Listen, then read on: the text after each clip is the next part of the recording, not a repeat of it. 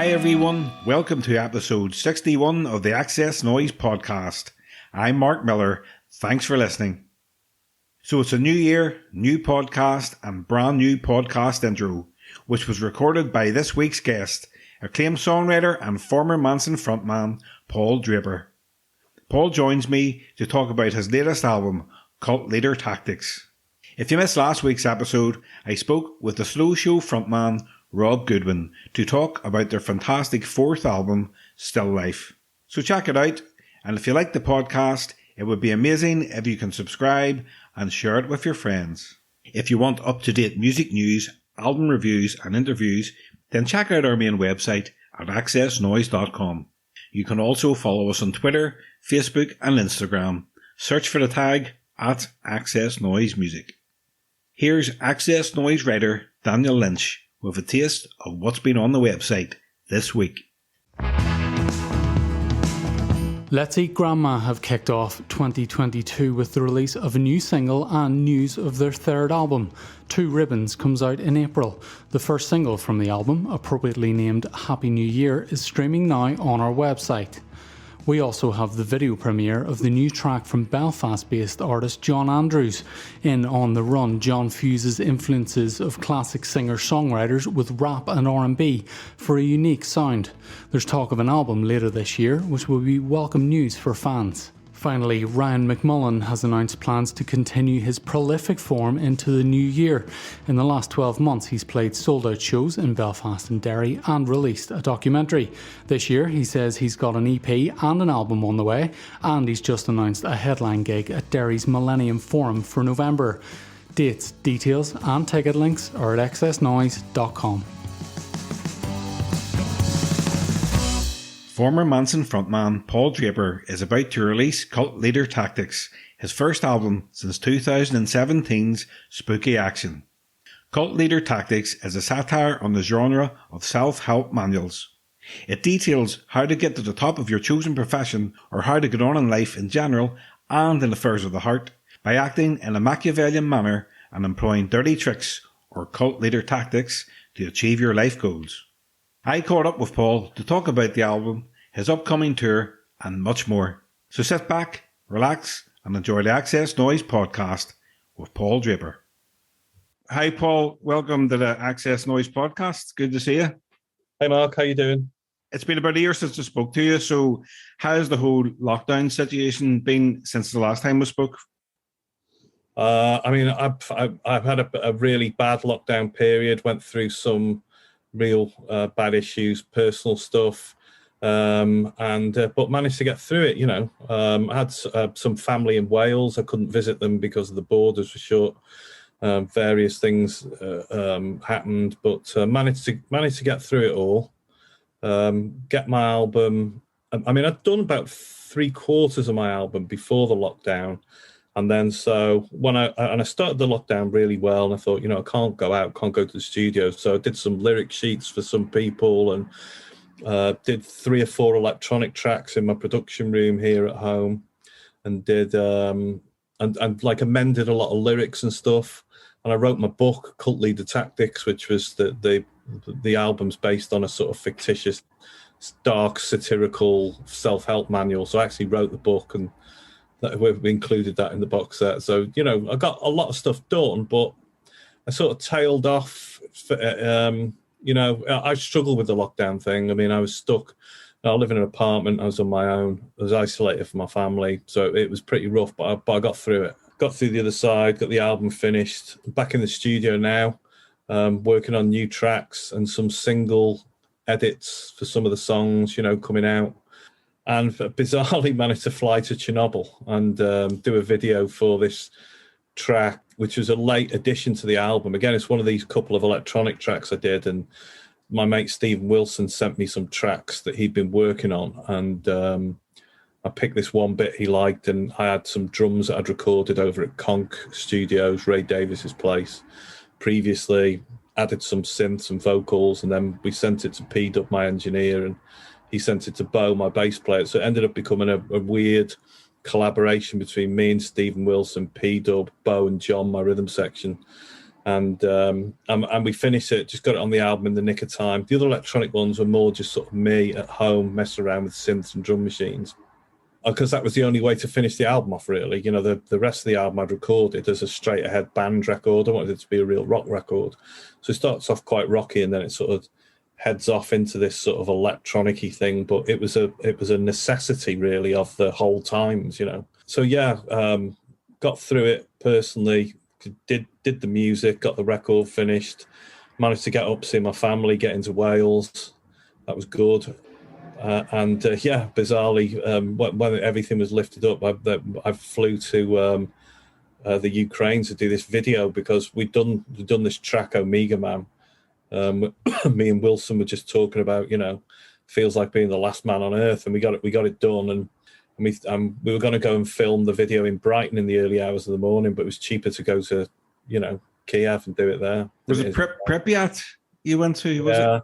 The whole Chernobyl exclusion zone, the city is Pripyat, which is 60, 70,000 people, or it was, and it was evacuated the very next day after the meltdown.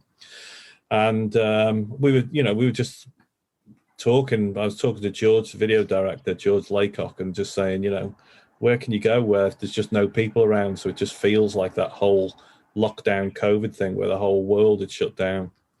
And he was like, well, the only place is really that, you know, Chernobyl exclusion zone. It was like, yeah, let's go there, Pripyat. Yeah, so we went. And there's been a few things filmed there, you know, documentaries, a few videos and that, but to actually be in the video and stuff was good, you know. But it was a scary place, that's for sure. It's an amazing video. XS Noize premiered the video. Yeah, of course. Yeah, you premiered the video. So it was, the power of the visuals going with that song really worked, because I'd not, doing a solo album previously, I'd not done a video, and since I was in Mansun, really, I didn't really think of Spooky Action. My first solo album came out as sort of re-grabbing a load of old tracks from the past and bringing them to the present. And then it went in the top 20 in the UK. And then next thing, it was, we booked some gigs in, and then I ended up going all over the world and was selling like tens of thousands of records. It's like, oh, okay, do another one.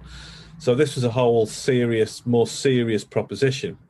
So the visuals and the working with the song, the lyric of the song and what the song meant, you know, was totally changed a lot of things, you know, like, I mean, it's not like billions of views or hundreds of millions, but it was our biggest viewed thing that I have a YouTube page, you know. I think the record company or they have like a social media firm run it, and they put things up and they're like, check this out, man. There's like tens of thousands of people viewing it, and it's like, and then you look at all their comments and it's just like, you know, wow, the visual fits the song, and this is how I feel, this is what happened to me. And it's like the way that connected lyrically, the song, was a real shock to me, actually. I just thought me and Wilson were mumbling on our own little COVID lockdown worlds, but you know, it was good. It was good, you know, and that in my world that connected. And then then people calling you up going, oh, that's a hit, that's a hit. People like that one. It's like, why? You know, what is it? And it was just like, I don't know. It's what we all of us in the collaboration of that. It's what we just did naturally. It was just quite a natural thing. It just seemed to work. And in our world, it was a nice surprise. It's something that's quite a dark song lyrically, you know, connected with people. But it's, you know, we're living in exceptional times. You know, I mean, I'm just coming out of it now, and I think started back in the studio now, doing a single edit.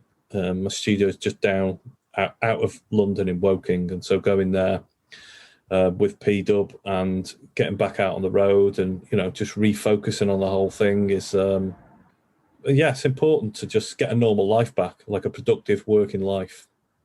Interesting. Yeah, well, I've really been enjoying the album. You know, it's your second solo album, Cult Leader Tactics. It's a satire of the genre of self-help manuals.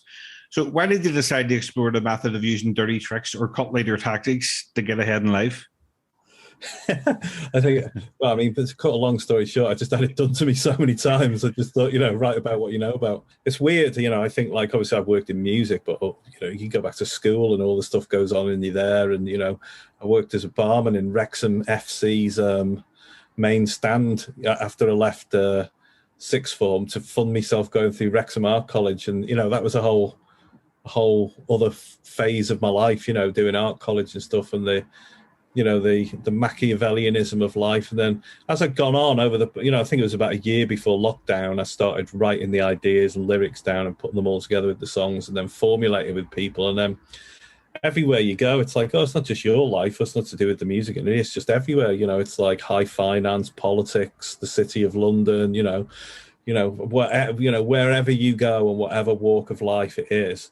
And I just think, especially when I was younger, I think I was just naive towards the ways of the world and just walked into a lot of stuff. And then you hold a lot of, retained anger about these things from the past. And then, especially during the lockdown, you're sitting on your own for days on end. I mean, literally, if I went out of my flat here, you were allowed out twice a day, once for shopping, once for exercise, but you would get stopped, what you're doing, where you're going, all of that. Mm-hmm. So it's like, it was really hairy around here, so then, so I went back and I amended some lyrics and COVID, put them in the context of the COVID lockdown and that. But then speaking to people and everything, I realized that a lot of what I was talking about wasn't specific to music, but it was specific to business, specific to, anything, any walk of life. We all see it.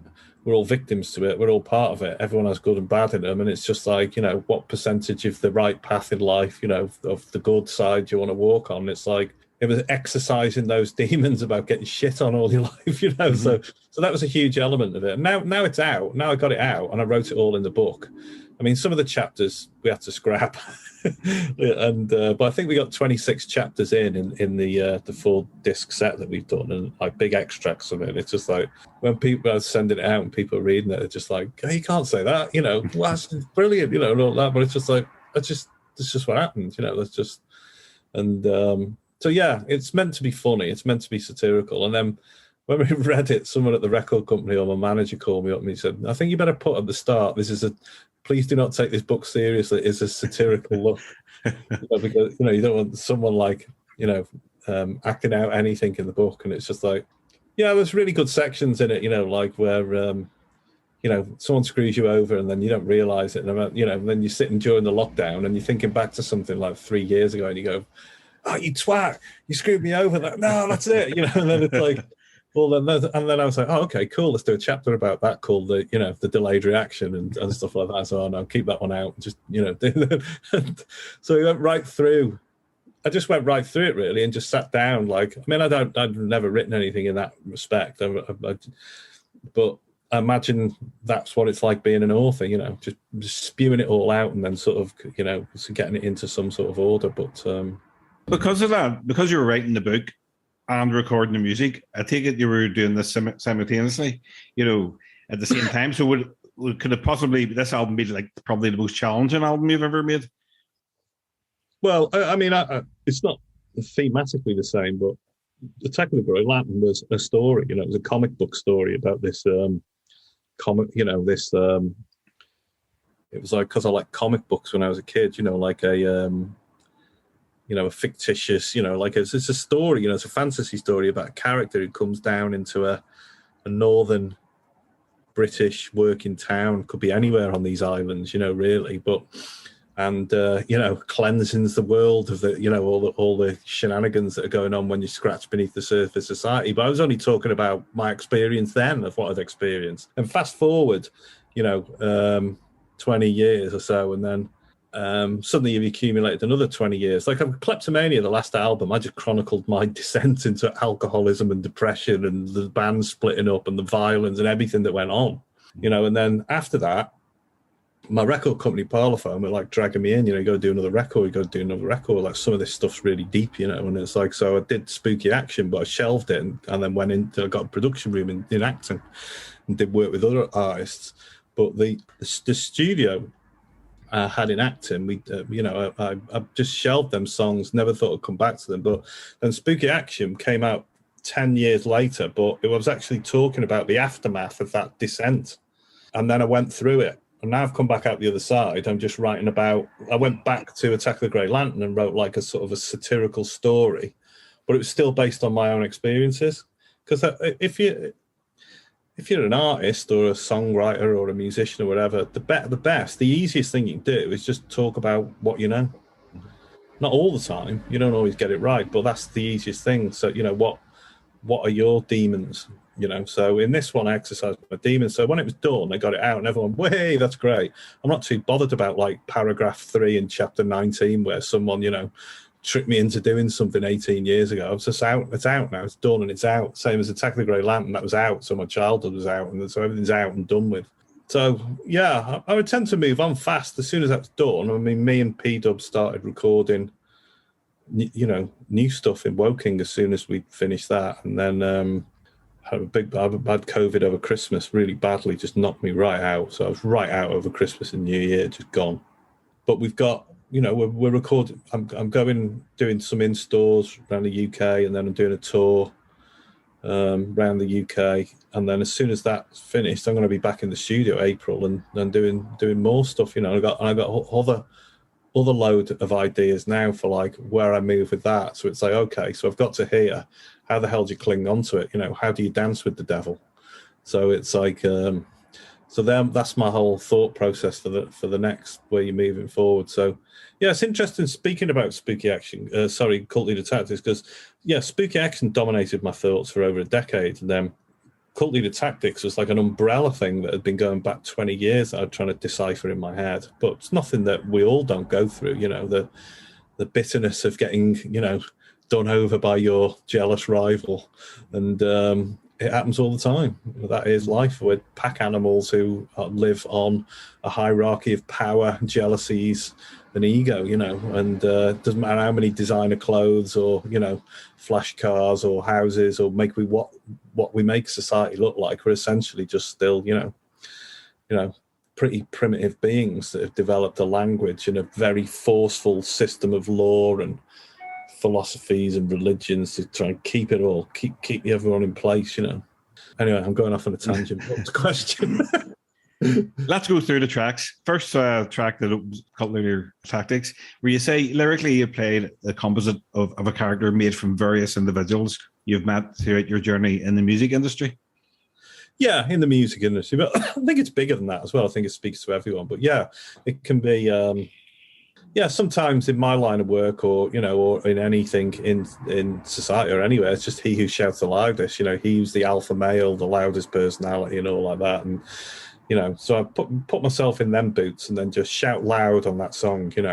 This is who I am. This is what I do. You'll never crack me. I'm using these tactics to get on, and this is how I'm going to do it, and blah blah blah. So yeah, I'm playing a character there in the way that I played characters on Attack of the Great Lantern.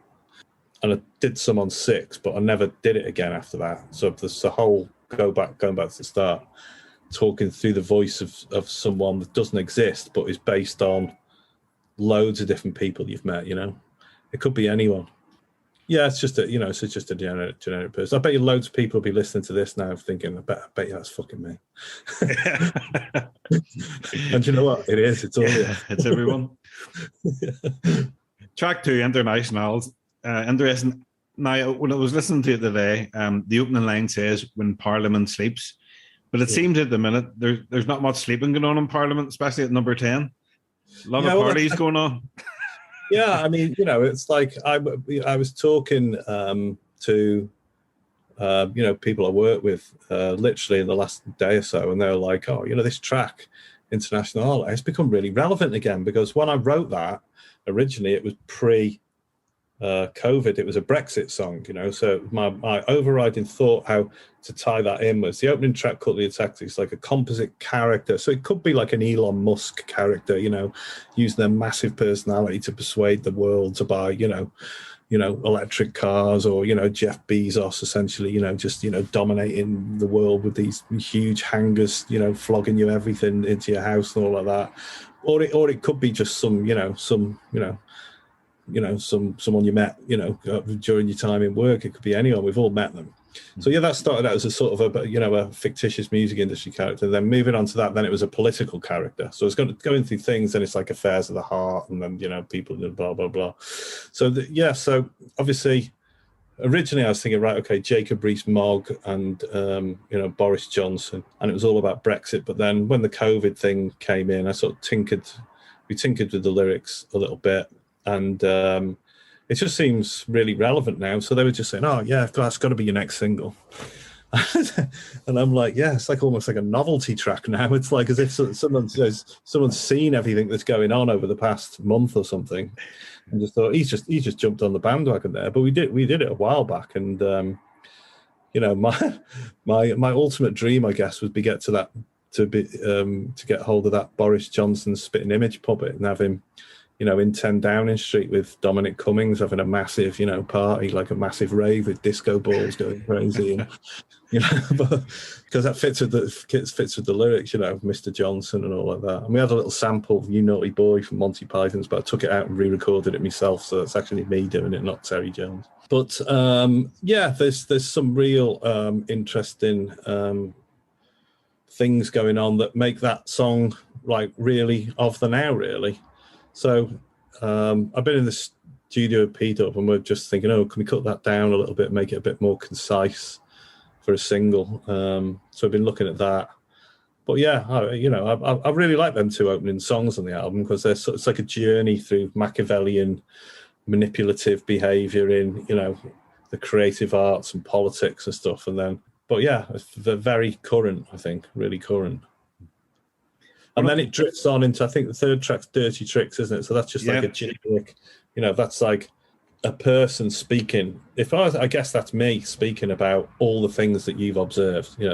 This is how you do it. This is what you'll read in the fictitious self-help manual, Cult Leader Tactics, about making yourself, get on in life by if you do this, and if you do that, or, so I think I say things like, beware the fakest smiles, and, every dog will have his day, and, you were my fair weather friend, and, I guess loads of catchphrases that I've, written down when I was like I'm doing a montage, like I still have like a daily notebook, and I just write immense lists of things down because I'm very OCD, and I have to work like a jigsaw like that.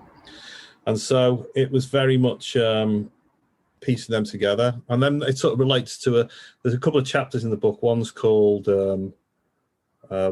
"Dirty Tricks," and then there's another chapter in the book. I can't remember what it is, but it's called I think it's called "Catchphrases Are Your Friend" or something like that. And it's just about, when you go into a meeting or you're talking to someone, you don't know anything you talk about, just string a load of catchphrases together because people just believe anything. And, it's like listening to, parliamentary questions, or being in a meeting at a record company, or, anything, so yeah, it's dark and it's satirical. And then, and then I profess in my story that, like, the chorus of the song, like, you basically, if you try and play straight, you won't get anywhere. And then it just veers off into to something else. But yeah, it's interesting. My keyboard player in my band, Gam, he's in a really cool band called Sweat, who are based in Peckham. Again, I couldn't get to him or work with him because of the lockdown, and we just did a video recently and couldn't either.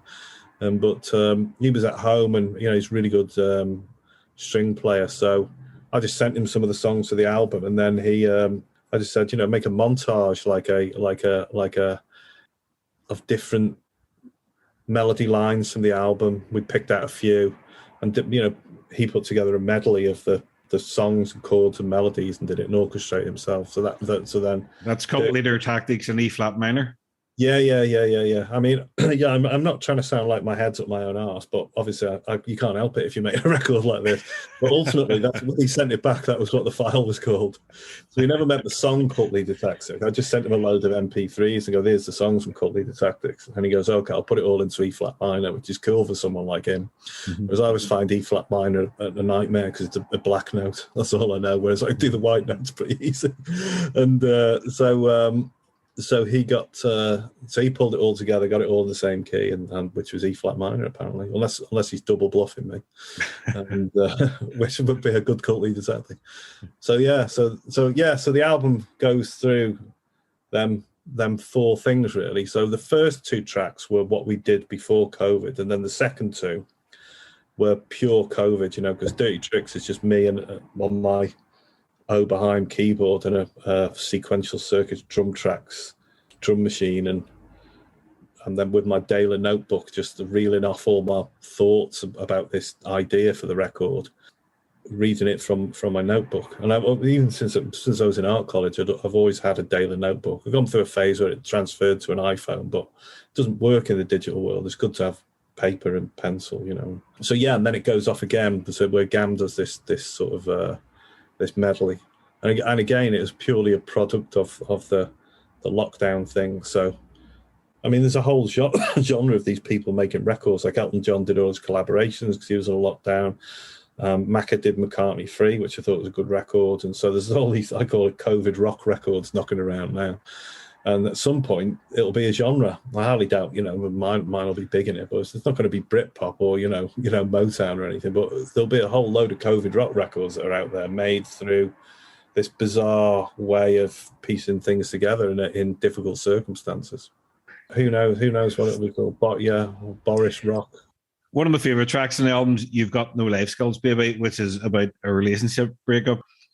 Yeah, the idiocy of men. Yeah, so that's the video that we just did before Christmas. I just got it back this week. So it's got me in it, starting off really cool in black and white with some shades on it and stuff. And then so by the end of it, I'm just like ironing things and throwing stuff out of a wash basket and hoovering the floor and all sorts of crazy things. And the drum kit becomes a washing machine with pots and pans on it. Then trades in his Rickenbacker for a mop, and Dub changes his keyboard to an ironing board. So yeah, it's just that I'd say, it's just a conversation I had about being dumped in a very devious and manipulative way sometime back in my distant past, that I thought, when I was looking for something to do, how do you apply cult leader tactics to affairs of the heart? So, okay, that happened, yeah. So she said, okay, yeah, see you later, bye, yeah, you've done this, you've got no life skills and this, that, and the other, and blah, blah, blah. And then, okay, put that in, but it didn't. So I sort of twisted it round. I guess my way of viewing it would be, the idiocy of men in a female-dominated world, which it is. It always has been, really. It's just, it's just we've been stupid enough to make ourselves believe that you have more power than you are. The next track, You Killed My Fish, you told me about this track the last time we spoke, so it was great to actually hear it. About a jealous rival, would it be related to the last track? Yeah. I have the lyrics for You Killed My Fish knocking around for a long time, and it's an amalgamation of different things. That was just something where, I guess a jealous rival just like tried to piss me off by smashing up my goldfish bowl and killing me fish. And but they never told me. They just sort of existed with it. Yeah, and then I think the chorus of that song was, we had a different chorus of that song, but it didn't work. And then I had a different song with a slightly different meaning. And then me and P-Dub put them in the same key in the studio, put them together. And we put them together, and it took on a whole new meaning. So it's like a bitter relationship of one form or another that breaks up between people, but based around the killing of your goldfish. It's a bit odd, but the You Killed My Fish bit is the Machiavellian behaviour that's gone on in it, where you kill the fish, then and then buy you a new goldfish, and then everything's up goldfish bowl and it's all right. But it was actually a deliberate, I don't know what sort of tactic was, but some sort of fish death tactic. But yeah, it was an odd song, that one, but yeah. You know your way around a song title. I mean, the next one, everyone becomes a problem eventually. Yeah, I mean, that was just something from sitting down and writing all the thoughts about different. I didn't want to just harp on and bang on about, a cult leader tactic in music or whatever, or in art college or in school or, or in a local circle of friends or in family groups or anything. I just wanted different places to talk about it. So that was a different one, So that's one's like in affairs of the heart. And I was looking at that thing in different ways. Like, could it be like somebody falls in love with their own personal computer? All sorts of different things. But, it's quite autobiographical, stupid, cynical, like it's dark, satirical thing about using Machiavellian behaviour again in affairs of the heart, yeah. You said that a lot of people will think a lot of the songs on the album are about them, but there's no denying whoever Annie is. you know, this is about her. You said you were told you couldn't have a song called Annie on an album, but here it is. Yeah. That was how Annie ended up on the album. That was an old song that I had knocking around for a long time. A long time ago, someone said to me, "Oh, you can't have a song called Annie on the album." I don't know why or whatever happened, but it just reminded me. And then there was some sort of dispute between me and that person. And I wrote, when I was writing the Cult Leader Tactics book, the manual, the self-help manual, I wrote a chapter called "You Can't Have a Song Called Annie," all about manipulating things in the workplace. So I thought that would be a pretty good idea to just simply dig that song out and record it. So we dug it out and put it on. So although the lyric is just straight ahead, like love lyric about a person, it's by default of it being on the album, it defeats the manipulative behavior that kept it off from being put out a long time ago. Mm-hmm. If that makes any sense. Yeah. It's a sort of a tenuous link, but it just sounded good at that point in the album. It's a bit overkill, just constantly negativity now on the album. Not negativity, but like a dark, satirical, hammering home these points about human behavior and the human condition and how we operate as people, and just things in it like you can't think straight when you're angry, and about how people flip and look at things, and then suddenly it's just this song, like straight ahead love song. But there is a reason why it's on there. And I hope I've articulated that, but I really like that song, and there's a really good acoustic version. Well, it's me and electric guitar. I just recorded it with P-Dub on it. I don't think when we did the full band recording, I don't think we nailed it as good pure as the original thing. So that with the track I did with Wilson Omega Man, there's like a full 6.5 minute version of that on a vinyl that you can get in indie stores, and then Annie, the original acoustic version, on the B side of that. There's also on the box set as well. But so there's a few different ways we approach that. Actually, there's an outtakes disc with the original version I did years ago as well. So yeah, but eventually got there with that song and got it out. But as I say, me and Pete have been in the studio the last couple of days just looking at what can the next single be after Life Skills, and we've been trimming down the Internationale to like 3.5 minutes, and also looking at Annie as well, maybe, but I don't know. Depends where I'll see where I'm at in 3 weeks, a couple of weeks when the album's out and all the dust has settled, it might go to 250 in the UK charts, and then I'll just forget putting another single out. But it goes in the, it might go in the top 10. Who knows? But and so yeah, then it'll be let's do another single. And then let's do some more tour dates. These things work. They can just escalate out of nowhere. I mean, I remember in the Mansun days before we did Attack of the Great Lantern, we were just doing 180 people in the back of a pub in Wolverhampton. Next thing, you're playing 5,000 people in London 2 months later. So these things can connect, So yeah, that's how Annie got there. When you were saying about the singles, and on Spooky Action, you put out a few EPs prior to the album. Why did you not do that this time? I was talking about this with Dub the other day in the studio. EP1 was great. That was great because I did not go into Spooky Action thinking, I'm just going to become a solo act after just working in my own production room for a decade. Leaving Mansun, putting that all to bed, did putting out the unfinished tracks, the Kleptomania thing unfinished, and then doing the greatest hits and promo for that, and then working with other artists abroad and in the UK, and then it was quite complex how I eventually got round to doing that solo album. So I just didn't think I was going to launch myself as a solo artist. So we did an EP, and just putting an EP out, a vinyl EP, was cool. It felt really good. There was no pressure on it. It wasn't an album. Didn't really have to do any promo or anything, but the radio played it and it got a couple of good reviews and stuff, and people liked it, and we just moved on from there, really. And then after that, I think EP2 was a bind because I wish we'd have not put the effort into EP2.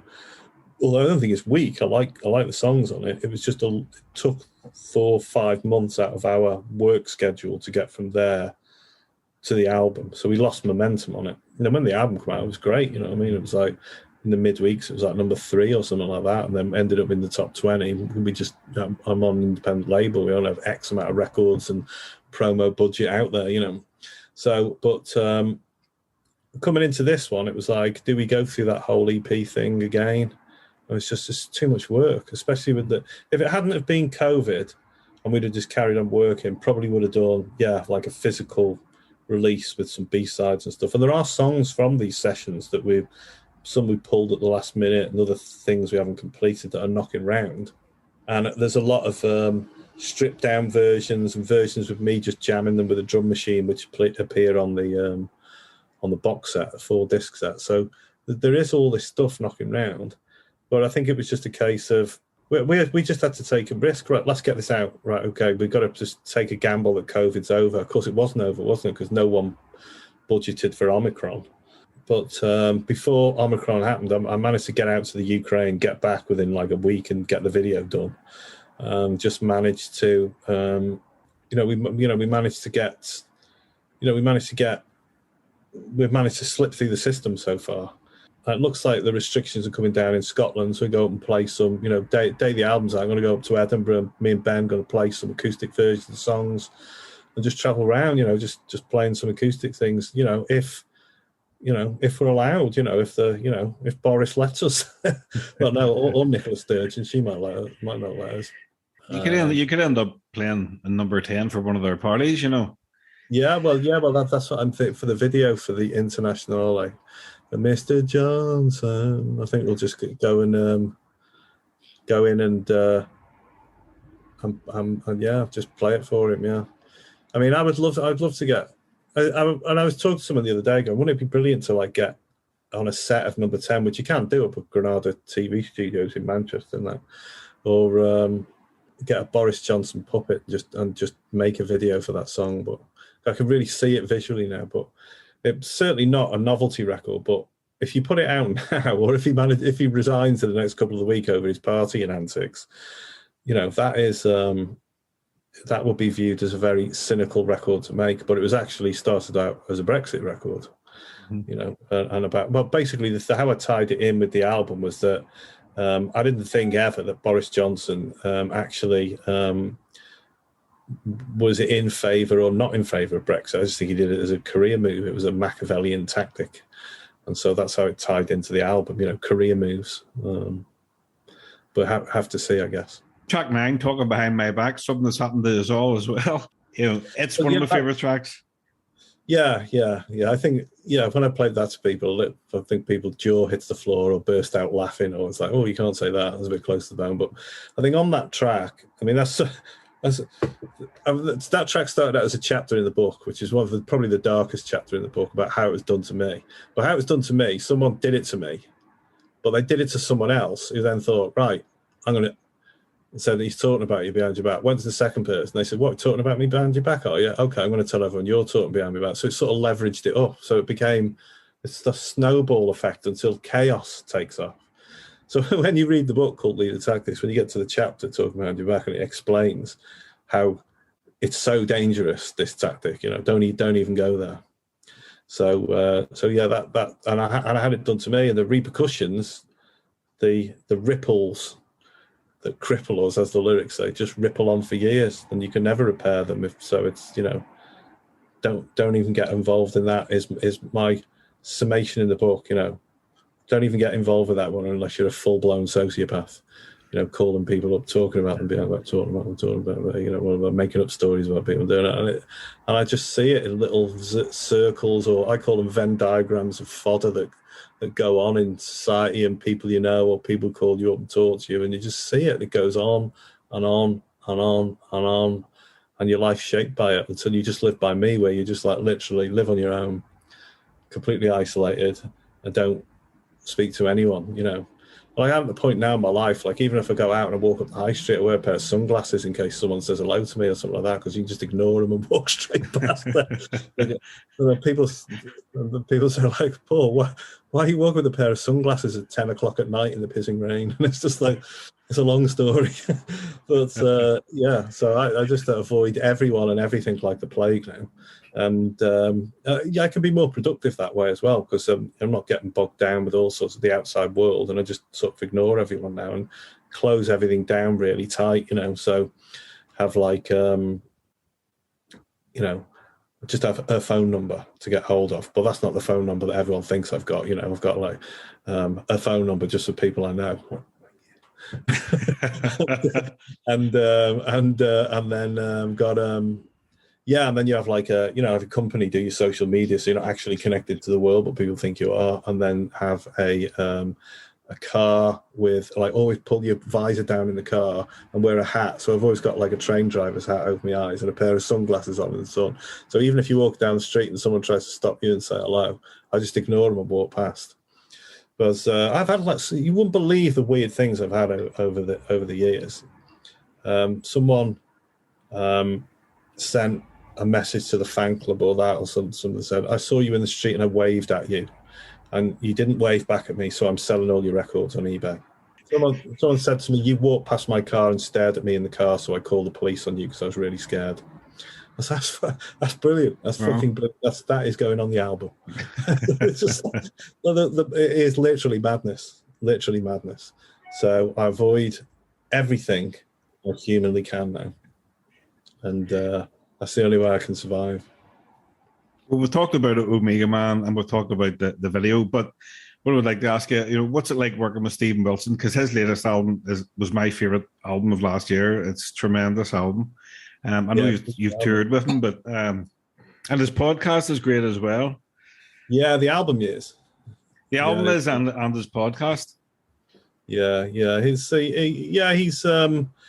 He's a force of nature, Wilson. I mean, it's just, I don't know how anyone can work so much. But I think when I first was thinking about putting Spooky Action out, he'd done an interview in Prog magazine talking about how he liked the Mansun record 6 and how he thought Tackle the Grey Lamp was a bit proggy and stuff. Because you got to remember about Wilson, he's done like industrial drum and bass stuff, pop stuff, like real, very long-winded sort of classic-y Pink Floyd stuff, and then a lot of like real muso stuff with great musicians, and you got to see that live to understand it. And then he's done like some really concise electronic, not pop but dark, dark pop stuff, and so he's all over the place doing stuff. And then so I went to meet him and I was like, what do you think of me doing this? And he sort of encouraged me to do it, really. And then he was saying like, I just get up every day, I just work, he's just like, so I have a fixed time in the studio and I go in and I do it,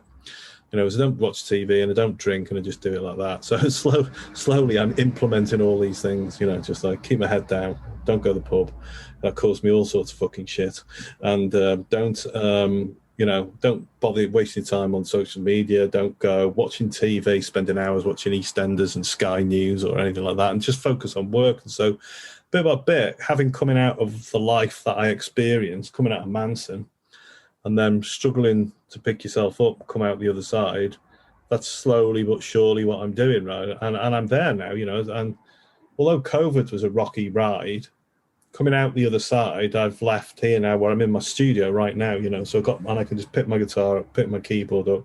I've got my workstation in front of me.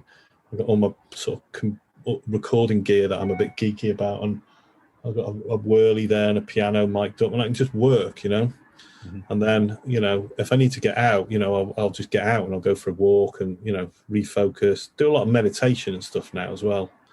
And so, yeah, I mean, that's, that his work ethic and the volume of work he does is phenomenal, really. It's just unbelievable. He's like a real, if you really want to do this thing and be an artist or be, he is literally the blueprint of how to do it in this modern world. When he just bangs album out in the US top 40, bangs albums out in the UK top 5, like left, right and centre, but he's always off doing something else. Way back at the start of XS Noize, where I didn't really know what I was doing, I interviewed him. I did a phoner with him. Yeah. But for whatever reason, it didn't record at the end.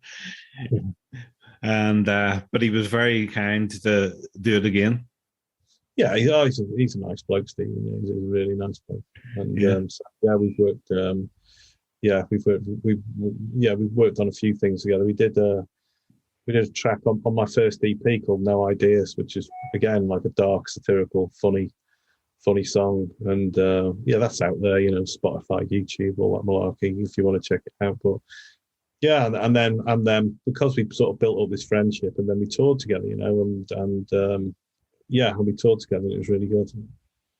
And yeah, we had a good time. He had a really brilliant band, actually. But not a band, but a whole family on the road. His like technicians and stuff, stage managers were all great. We've just become really good friends with them all. Especially Nick Beggs, who's the funniest man in rock and roll. And so I had an odd relationship with Nick Beggs in my life because I absolutely loved Kajagoogoo when I was a kid. About 10 or something. And I thought he was brilliant. Even post Lamar Big Apple era, and then completely went off my radar, and then ended up touring with him, and I'm absolutely loving him again for doing a 15-minute Chapman stick solo in a Mankini. Genius. He's such an amazing musician and just such a really nice bloke that we just had a brilliant time. Yeah, he's a brilliant bass player. I that's what threw me actually. I went to see Stephen in Belfast when he was touring his previous album, and Nick Beggs was on bass. And I had to do a double take because I hadn't really seen him since Kajagoogoo, and there he was, playing with Stephen. So I always say that about the music industry. Not the music industry, but about musicians. You will always get regurgitated if you're good at something. So he is like literally one of the world's best bass players. I mean, it's not only that. I mean, his stagecraft is just phenomenal. People go nuts for it. And when we toured with the Stephen Wilson band, and it's like every town you roll into, thousands of people in the audience, but you could guarantee there's a few hundred like real hardcore bass, enthusiasts. You don't see Nick, Yeah, and that happens, and it happens with all his bands, and he is amazing at doing that. He is amazing at putting all them things together. The last track, Lan, about who you sleep with. What I love about this is you put out a call on social media for fans to record a refrain from the track, and I think there's 266 fans in the choir on the finished track. Is that right? Yeah, I think that's all I could fit on. That's all I could, or me and P-Dub could comp together without it sounding mushy in the end. But yeah, we were, as I say, we got about 9 tracks through Cult Leader Tactics before the COVID lockdown hit, and then we took one off, so it's down to 8. So we needed 3 tracks. So we put the 3 electronic ones, but that was the one where our plan was to bring in, some singers, to do some we're thinking like a really soulful vocal, like something like "Give Me Shelter" by the Stones or something like that, like a group of really soulful singers. And then it's like, oh well, that's not going to happen. How are we going to do this? And just go, well, just like so we got our team to put on social media, just record this lyric. If you want to be in this choir, we need these singers to make this chorus work, or it won't work. So just record it on your iPhone or whatever. So we sent, and then people email. I don't know how it was done. The team, the social media people did it, and they sent it into an address, and then we were just bombarded with these things. Like, right, that's enough, But yeah, it's just one of the odd ways that I adapted to the COVID lockdown. I mean, I had some really dark times, but that was a really uplifting time doing the lockdown choir, doing the lyric, I'd sit at home and it's like, I can't work on any more music. So I just did lyrics for people. And to be honest with you, a big part of that was to get out of the house because I was allowed to visit the post office, and I could queue up and get some fresh air. I live in an apartment, there's no balcony here. And it was like literally, people would stop you on the street. It was really, people, if you remember that time, there's very 1984. People were, if you went out the house, your neighbours would call on you. There was like the police was like, it was almost like it was like a military state at the time, And so a big thing was to write them out and get out and go to the post office and post them, which was one of the things that the government allowed you to do at the time. Seems crazy now, a year or so on, but it's amazing, that how society and me personally, you can go through that and then come out the other side and just like, wow, it's bizarre. But we are here, A lot of people died. I mean, I had people ill in my family, but luckily nobody died. But it's a miracle, really. So yeah, with that song, "Lie About How You Sleep With," we had that song. They sent it in, and we built that chorus in, and we'd be eternally grateful for the supporters who sent it in, and we just sent them like little snippets singing it on acoustic guitar and dropped it in. So it should, no one's heard it yet. None of the fans who sent in their vocal and stuff, but they're all there and it sounds great. There's a couple of people doing harmonies. There's a little kid singing as well, and then when P-Dub comped it together, we listened to it, he sings over the end. I'm like, no, leave it there. Whoever that is, they're going to be made up when they hear that. Yeah, it's good. Yeah, so no doubt someone will messaged or called me at some point and said, "Oh, that kid's been in touch." Yeah, it was a fascinating way to end the album, and it was a nice journey, the album, because it started off with very cynical cult leader tactics, dark look on things, but that's not what the album's about. It's about going through that experience, and at the end, the lyric just says, at the end of the day, just let there be love. You're as guilty as me, and we've ridden our luck, and here we are, and that's it. That's the only answer. And that's the very final epilogue of the book that I wrote, says that. Disregard everything in this book and just wake up every day and just try and refocus and be a good person. If you are, and you smile at the world, it'll smile back at you, possibly. Sometimes it doesn't. But if you harder you try, the luckier you'll get. And that's the only answer. So after everything I've been through and experience and what you experience in life, that's the culmination of the book and the album. So I think the album and the book work perfectly. If you read the book and listen to the album, it is just like, I guess then it becomes like something like Jeff Wayne's War of the Worlds with the animated, big thing in it where you're listening to it and reading the book and all like that. But it's just words, so it's just words, and it's an audio experience of the book, I guess. And but yeah, no, it's not like a big proggy escapist thing, and it's not a concept album and stuff. It's just dark satire on it. I always think of like what I'd always try and do at my best is like Monty Python, but maybe this is a bit more like Peter Cook and Dudley Moore, maybe Derek and Clive sessions. Well, the album's out in a few weeks, but and you mentioned you're doing a series of in-store appearances, but after that you'll undertake a 21-date tour at the end of February. Fingers crossed, playing back stripped-back versions of the songs from Spooky Action, Mansun, and obviously the new album with some classics and rarities. So I'm sure you just cannot wait to get out onto the road. Yeah, it's been too long. Yeah, I mean, I think during this whole COVID lockdown, when we had the album nearly finished, we had 2 tours that were postponed. It's just looking back on it now, the past 18 months, 2 years, it's just been 2 years, been so mad. It's virtually impossible to comprehend, really, everything that everyone's been through. So, touch wood, I just want to get out there again. So, I mean, me and Ben, we started off, I think, the first in-store thing was to launch Spooky Action. I did that rough trade in London, so we did that.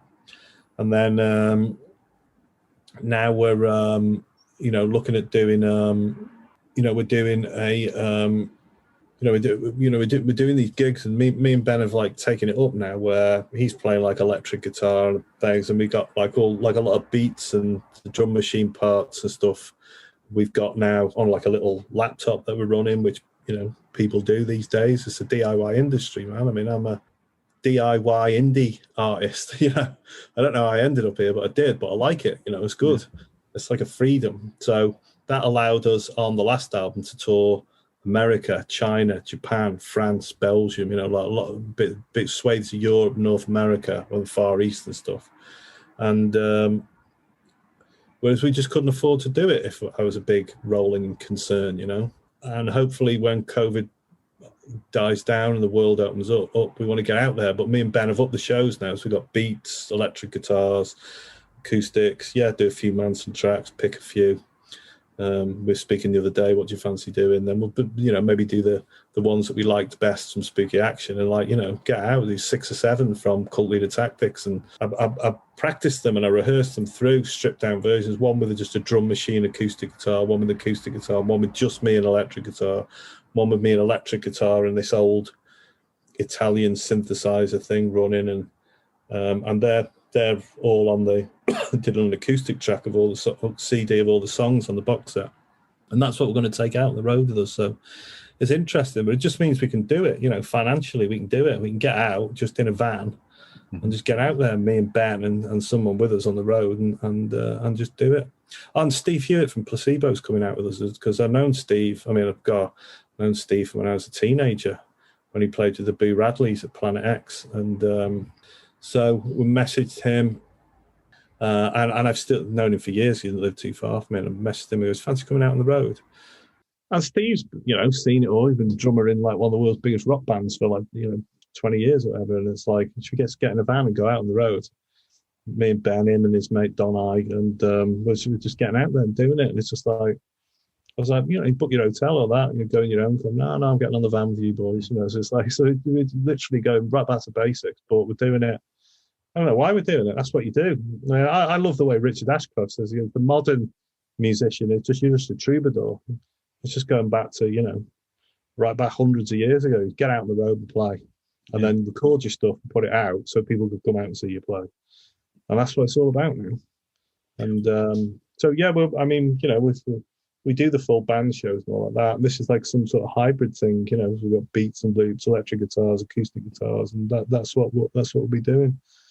And we've been pulling it all together, getting all the set lists. And then we're going to do like a good couple of weeks rehearsals and get out there. And I think we're going to go right around the UK, Wales, Scotland. We're not going to get to Belfast this time, just literally cost-wise, but definitely will at some point. And then we're going to end up in London. It'll be like, when we did these acoustic shows in Spooky Action, we ended up playing to like 1,500 people in Shanghai and stuff like that. They were huge shows, but I think we've got like about, maybe 800-900 in London. We're going to, maybe 600-700 in Manchester. So they're big gigs. So got to look after my voice. I fell off the wagon and smoked a few Marlboro Lights during the lockdown, but I've managed to get through that. So I'm very, very focused every morning. Health, looking after my throat, drinking a lot of herbal teas, and I'm just refocused on everything and getting back to having a life, a normal life after this COVID madness.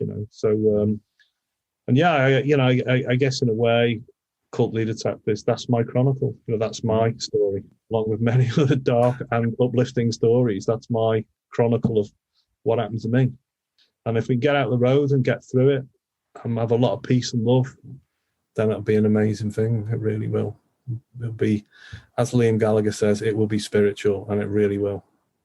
In the past few years, there's always been a Mansun reissue on the go. The last one being the Dead Flowers Reject. What's coming next? In terms of Mansun, well, again, COVID just threw everything, and we had so many plans in. I had a couple of weeks left recording Cult Leader Tactics, then a couple of weeks editing, and then a couple of weeks mixing, and then we were going to move on to a reimagining of Little Kicks. Little Kicks wasn't an album we were ever happy with. It was something that got. I describe it now as something that got lost in the machine. It was done for the worst reasons in music, and I was just lost in it. I never liked it. I didn't want to tour it. Didn't want to talk about it. I've never been into it. But then over time, I spoke to Hugh Padgham about this, who were recording it with, and the band and the record label and stuff, and the publishers, who own all the songs. Being Chad wrote on it, and it's like, if I revisited that album now, I would take all of the songs from the sessions, and there's 12 on the album. There's also 12 that appeared on the 3 EPs, or 10 or whatever. And they were just the songs that were finished within a time frame. That album was put out in a slot, put out. No one likes it. Move on to the next thing. But I wouldn't have done that. I would have finished off all the songs, but we just didn't have the budget. It was all over money and vested interests. And so we didn't get it right. So I want to take all the songs, put it to. Manson's still got a huge fan base. We did that Dead Flowers Reject thing, and it just sold out on record store day. All on pre-orders, it's gone.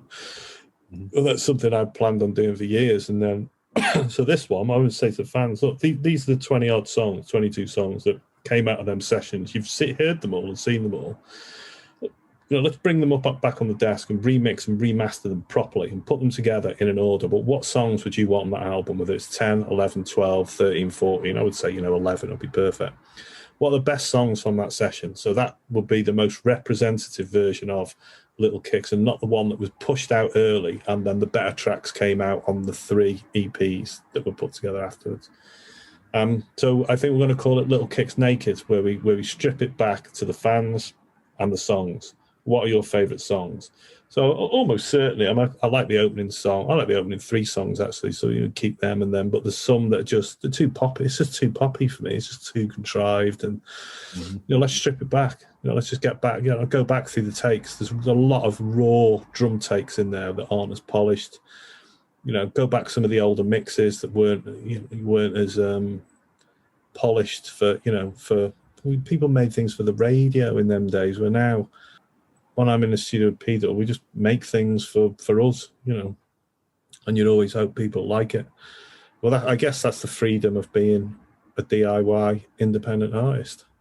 And so far, everyone's on board for that idea, but literally, let's get Cult Leader Tactics out. Let's get out on the tour. Let's make it positive for everyone, really, and just everyone get back to some positivity. And if we get there and through the other side, I've got recording sessions booked this spring for some more new stuff. Me and Peter, we're going to start, if we get the go-ahead from the record company, and just say, yeah, let's do this Little Kicks, revisited, reimagined. I just always think of it as Little Kicks Naked, because that's how Paul McCartney approached Let It Be Naked. He didn't like that album. It wasn't part of it. Lennon did it with Spectre, and it was like, so he put it together how he saw it. And that's what I'd like to do. But I can't be, there isn't a Mansun now where I can be presumptuous and say, oh, I didn't like this for one reason or another. So I'm going to put it to the fans. How would you see it? So we'll put it together as a project. And so, yeah, that will be the next Mansun project, I think. I think the other thing loads of people have been really crying out for is for a picture disc of Attack of the Grey Lantern. And we've never done picture discs or anything like that. So it's just like, speak to the record company back end of the year. Should we do it? Record store day next year? Yeah, we keep reissuing these EPs.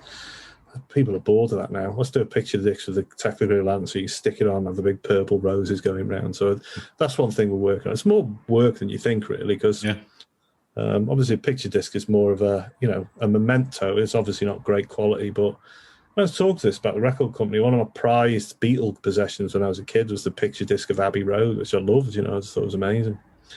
So there's little things ticking away. Remix things we'll do, representing things digitally, and we've never really had like a Mansun YouTube page or anything, so that's something we want to look at this year, getting all the proper videos presented up on YouTube properly and stuff. I mean, I've never really looked at a YouTube page and stuff like that, but that's now all coming together, so especially doing the first video that I've been in, like Omega Man, playing that character who's like the lost me in the middle of the COVID thing. That people, there's thousands of people just jumping on that and say, oh wow, it's a whole new world that I don't even know about. I'm just stuck in my studio putting tracks together with old synths and guitars and stuff. So being as you are these days, a troubadour, a DIY artist, it's just great to plug into that whole new world. It's tough, it's that, don't come into music for the money, man. You've got to want to do it. You've got to be obsessed by bizarre things. Like I always say, like the EQ on a kick drum. I mean, we just done the single edit for the next single, Life Skills, and we ended up taking the kick drum out and putting a different kick drum sound in, going away, listen to it, and then coming back, going back to the original kick drum and go right back to where you start again. And then saying, oh yeah, we had to try what we didn't want to find out what we did want. I was like, oh yeah, I said that years ago. You just go to these bizarre, but it's a privilege and a luxury to do it, and to make some sort of living out of it and work really hard, It's really difficult to do. As I say, I work with K-Scope, a great independent label, and they're really up in the game in the digital world. But what they're amazing at is doing these amazing, reissues of the Mansun records, where you get like really interesting, journalists and record producers talking about everything that went on with them records, and on this Cult Leader Tactics thing, they let me do this bizarre idea of doing a 60-page self-help manual on how to get on in life by being a massive cult with a bonus CD on it, and they went for it. And that's what it is. But we actually did 4 bonus CDs. So we got the album, then we got all the outtakes and bloopers and stuff on a different disc, and then we've got all the acoustic stripped back versions and some like live versions we did in Tokyo of some songs on another disc, and then we've got like the high res audio files and a surround sound immersive audio. I think it's 5.1 or I think we got to 5.1 on the on a DVD in it. So so these amazing collections. It's like it's amazing being involved in that world. I mean, from coming out of Mansun, which was, a pop band in an era, putting CDs out, and then going on the road to flog them. It's the whole other way around now, It's like, it's about getting out and slogging it on the road. But it's about getting to each town and staying focused. Taking care of business, make sure, we get it done. I always like to ask my guests the following questions. Out of all the albums in your collection, who do you have the most albums by? It's going to be Prince, the Beatles, or Bowie. I mean, I think they've got more albums overall than Kate Bush, but I have all Kate Bush albums. I've got all Tori Amos albums as well. I think she's brilliant. Joni Mitchell, other artists as well, a lot of rock artists, rock bands. Got pretty much everything by Depeche Mode as well. Pink Floyd, I got all their records. You know, like if you add all them together, it's just literally what my music sounds like. But yeah, I guess, yeah. I mean, I went through a phase of collecting really odd Beatle records. I mean, I had a copy of With the Beatles with a different publishing credit on it, which was credited to Dick James Music as opposed to Northern Songs, which is a real rarity. But I ended up, I needed some money and sold it on eBay to a collector in Switzerland for like 800 quid or something. So yeah, I had a lot of them alternative version records. I still got loads of mad. I mean, in my cupboard just here, I got loads of mad stuff, like all the Manchester records, like, you know, the Paul Oakenfold remix of Hallelujah, really odd things, and then albums by The Time as well. Anything connected to Prince I was into. Like, I'll tell you what I was listening to recently, The Glamorous Life by Sheila E., which is a brilliant record.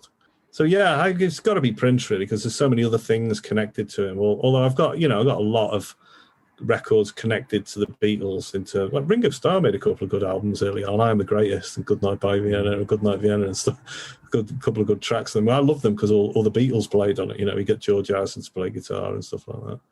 And then John Lennon would write a song for him. And then, yeah, I really like some of McCartney's solo records as well. Ram and McCartney 1's good as well. I like this McCartney 3 as well. What do you think of the Prince vault being raided? There seems to be a new release, you know, every now and then. So on Welcome to America, it's like, just seems like not buying it anymore. I mean, they're doing it with David Bowie now, aren't they? The Toy album, which was a sort of an album that wasn't really an album, it was gonna be, but I mean, they'll do it with Prince. I mean, Prince had an album that he scrapped called Camille, but I mean, I had that on bootleg vinyl in 1998. 1988. I was 18. So there's all these sort of things that go round. You know, there's certainly all these things that you can represent and put out there. It's just whether they're good, I guess, you know. I mean, in a way, I'd always said that when we recorded the 6th album, we did 2 albums worth of stuff, you know, and there was a whole other album to be had there. And eventually we did it. But it's not like the songs didn't exist. It was just presenting them to people on a piece of vinyl and said, oh, that. And then it's like, oh, wow, that's right. That's like a sort of a really quick, sharp, new wavy, angular record. And they were all the songs that we recorded in between the sort of long-winded ones on 6. But I look back at all that now and I just think, why not just hone down to just 10 songs and pick the best melodies and put it out? And it would have been a lot more commercially successful. But, you know, you just go down a path and you can't regret it, really, you know. But yeah, I mean, they're my top 3. I think it's got to be the Beatles, Prince, and Bowie 3rd, probably. But yeah, I mean, you know, I've got odd live Bowie albums. I can't remember what it is. Live in Santa Monica '72 or something was an old album, but they were. I mean, that was like the Spiders from Mars at their peak, and they were just an incredible band. You know, that's what that whole Ziggy Stardust era Bowie thing. People think very much, you know, it was glam rock. It was pop, it was image, it was a concept album, it was a glam rock concept crossover, him jumping on all sorts of bandwagons and assimilating culture, but also being at the cutting edge of it all, and at the same time copying Mark Bolan and Pink Floyd and all sorts of things. But ultimately, they were a fucking great band. Yeah. Really tight. Mick Ronson was just off the scale. So yeah, odd records like that. I always think the best live record ever was The Who live at Leeds, though. But I got a lot of Who records. But the only thing live about it is the drums. Pete Townsend re-recorded the rest later. They're still great, though. I'm not a real fan of live albums, although I think the only live album I like is Under a Blood Red Sky. Yeah, I remember that. Yeah, I think the first couple of albums totally passed me by, and then War was out, and I saw like 2 Heartbeaters 1 on Top of the Pops when I was a kid, and heard New Year's Day, and all. I thought, yeah, these sound pretty handy. I like this sound, you know, that new wavy post-punk sound, all like that. And then someone gave me Under a Blood Red Sky on vinyl because it was cheap in Woolies, you know, it was cheap in Millets on a Saturday. I'd go down to Woolies in Connors Quay where I lived in North Wales, and that was $2.99 as opposed to $4.99 for a proper album. And their management were just like, you've got to see this band live, you know. And it was so you could get the VHS, but you hear it live as well. And it was just, yeah, that's how I got into U2, yeah. But for me, I mean, Mansun, we recorded loads of live stuff, which we put out on the Close of Business box set, but we'd never done live stuff. So when I went out live, it's like, let's record this live. It's a lot easier to record live now because you can do it digitally. So on Spooky Action, I ended up recording a whole concert at the Scala and a whole concert at the Ritz. Yeah, so two things. Yeah. Which song or album is your guilty pleasure? Well, God, well, I say guilty pleasure. Probably Barry Gibb and Barbra Streisand. I play that a lot, like Woman in Love, the Guilty album. So, yeah, maybe that. Although I don't know whether that's so much of a guilty pleasure now, really. But I can remember going to this sort of, the Power Ballads night in London and like the Africa by Toto coming on and people just going nuts for it, and just thinking, that's a brilliant song. Yeah, that's what you get a few. Yeah, I'll tell you what I was listening to on the lockdown as well. I was like, really resonated with me. I was listening to "I'm Still Standing" by Elton John. It just totally passed me by when I was like 18 or that. I just wasn't into Elton John. I liked his early stuff. It was brilliant, but I think he was just a big 80s pop star, and I like me Prince and like the Smiths a bit and in indie. But I was more in. And I got into Prince, and I got into like James Brown. I got into a lot of rap stuff from that world. But ultimately, I go back to that song now, and I don't hear it as like a big 80s polished production. I just listen to the lyric, and I'm like, how the hell did Bernie Taupin get that into your head? Because it's really talking about you after all that tabloid nightmare he'd gone through in the 80s and what he talked about and stuff. And it's just like, wow, that really applies to my life, man. And it's like such a brilliant record with a brilliant chorus. It's like deep and dark, man. So I'll go with that as my guilty pleasure. Elton John, "I'm Still Standing." Great track. Well, Paul, that is my questions finished. That's me done. Brilliant, Mark. Thank you, mate. Nice one. Well, good talking to you as always, Paul, and good luck with the album. You too. Cheers, Mark. Bye. Bye.